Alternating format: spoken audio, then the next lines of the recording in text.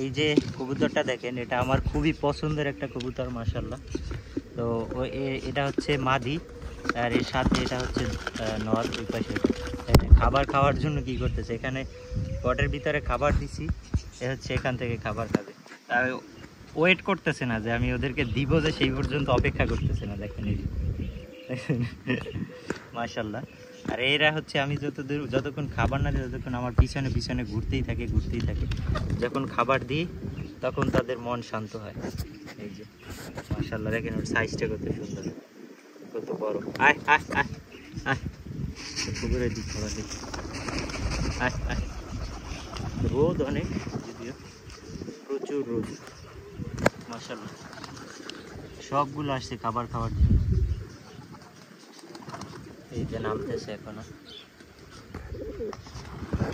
কবুতর আমার হচ্ছে একটা ভালোবাসার পাখি।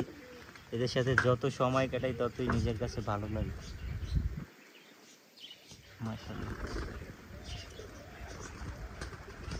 যে কিন্তু বাইরে করতেছে, এরা কিন্তু ওই এটা থেকে খাবার খাবে এই জন্য। হ্যাঁ, এখানে খাবারের পাত্র থেকে খাবার খাবে। ওরা কিন্তু এই জায়গায় দিছি, ওই চারপাশে ঘুরে উপর থেকে নামতেছে। এখানে কত জাতের কবুতর আছে, যারা কবুতর প্রেমী আছেন কে বলতে পারবেন এখানে কত প্রজাতির কবুতর আছে।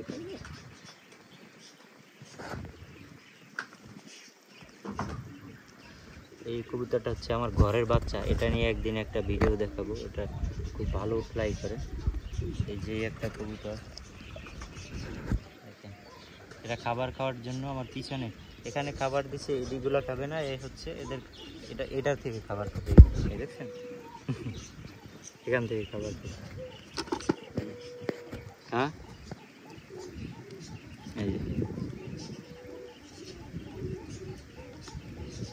ওর মন ভরতেছে না, ওখানে খাবার খাইয়া এই জায়গার খাবারই ওর লাগবে। এখন আটকাই থাক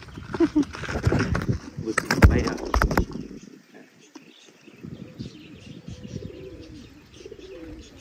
ওই জায়গায় যে দিছে ওইটিতে হয় না তোর খাবার।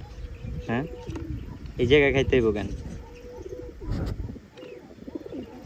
এর সাথে নটটা দেখেন মাশাআল্লাহ কত সুন্দর।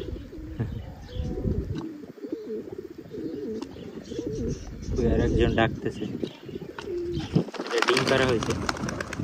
আয় আয় আয় আয়,